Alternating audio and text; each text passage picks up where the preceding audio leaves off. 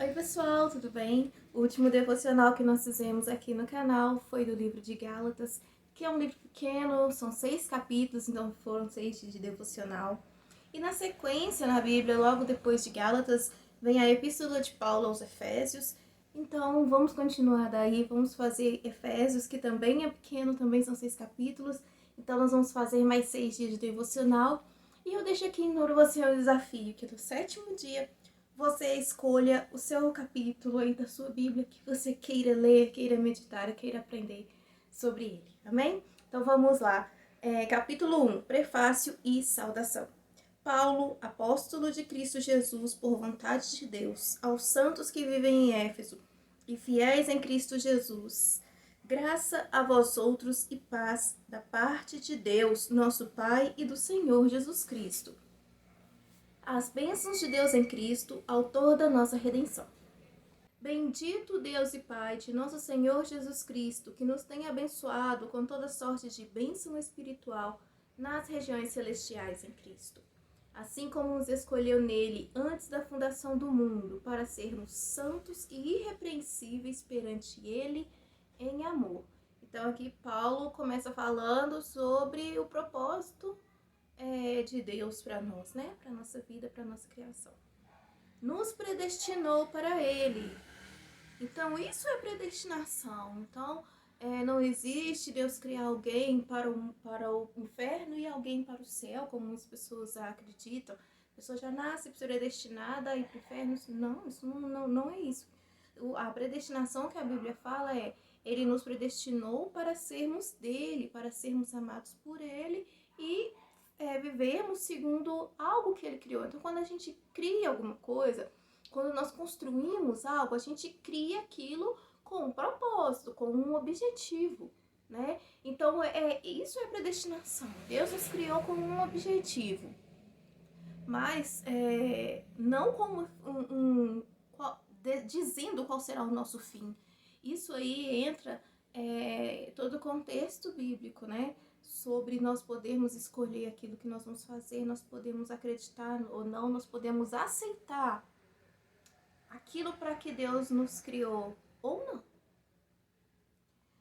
E nos predestinou para Ele, para a adoção de filhos. Por que adoção? Porque o Senhor Jesus, ele fala que Ele veio para os que eram seus.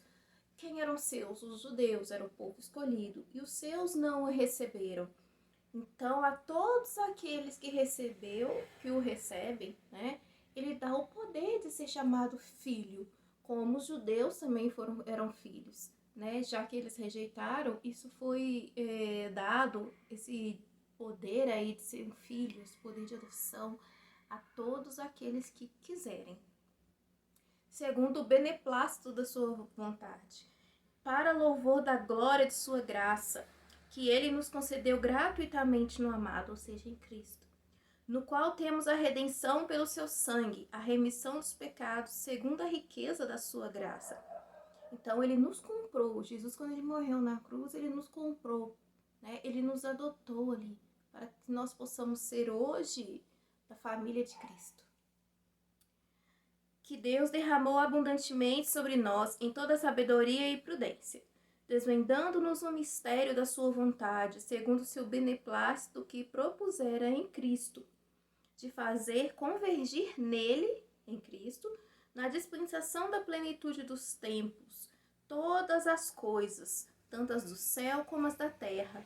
Nele, digo, no qual fomos também feitos herança, predestinados segundo o propósito daquele que faz todas as coisas conforme o conselho da sua vontade, a fim de sermos para louvor da sua glória, nós, os que de antemão esperamos em Cristo, em que também vós, depois de ouvistes a palavra da verdade, o evangelho da vossa salvação, tendo nele também crido, foste selado com o Santo Espírito da promessa, o qual é o penhor da nossa herança, até o resgate da sua propriedade em louvor da sua glória. Então, aqui ele fala numa linguagem meio figurada para poder explicar, né? Então, ele está falando ali a igreja de Éfeso, que a partir do momento que a igreja de Éfeso também creu na pregação deles, esse privilégio, né, de ser chamado filho de Deus em Cristo Jesus, né? Porque nós somos filhos pelo sacrifício de Jesus, também é dado a eles a partir do momento que eles creram, né? Como penhor, no versículo 14, como penhor da nossa herança. Ele é a garantia. Qual que é a nossa herança? A nossa herança é uma herança celestial, a nossa salvação, né? Ao resgate, porque ele nos resgatou, ele nos comprou da sua propriedade. Ou seja, a partir do momento que ele nos resgatou, que ele nos comprou, nós nos tornamos propriedade dele. Para quê? Para o louvor da sua glória.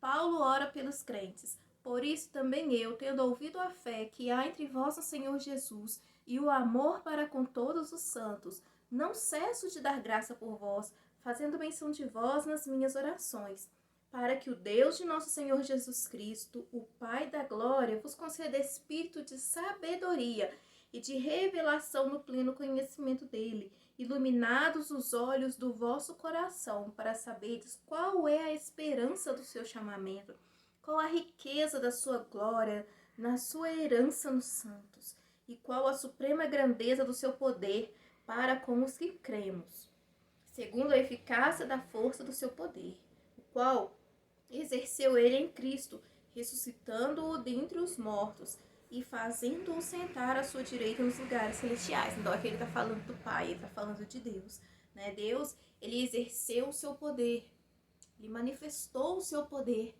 quando ele ressuscitou Jesus Cristo. Acima de todo principado e potestade, poder e domínio e de todo nome que se possa referir, não só no presente século, mas também no vindouro, e pôs todas as coisas debaixo dos pés, e para ser o cabeça sobre todas as coisas, o deu à igreja. Então, o Senhor, o Deus, colocou o Senhor Jesus como cabeça da igreja, e a ele foi dado todo o poder, a qual é o seu corpo, ou seja, nós somos o corpo e ele é o cabeça. A plenitude daquele que a tudo enche em todas as coisas. Vamos orar? Senhor, muito obrigada pelo sacrifício que fizeste na cruz, para nos dar uma nova oportunidade de compreender qual é a sua boa e agradável vontade para nós. Nos dê sabedoria, Senhor, para que nós possamos compreender o seu chamamento e abra o entendimento do nosso coração, os olhos do nosso coração, do nosso espírito, como está aqui escrito na carta aos Efésios, para que nós possamos, Senhor, compreender a tua vontade, em nome de Jesus. Tchau e até a próxima.